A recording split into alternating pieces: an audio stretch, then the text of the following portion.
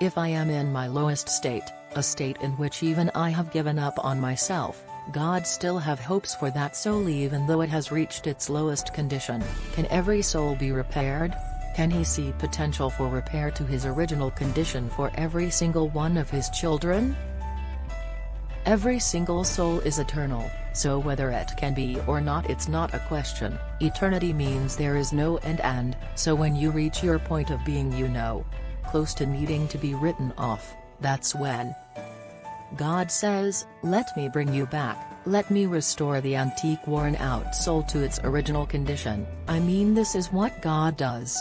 This is what is different about God, this ability to take something chaotic, something old, something completely worn out and bring it back to its original condition. This is Nerd Speak.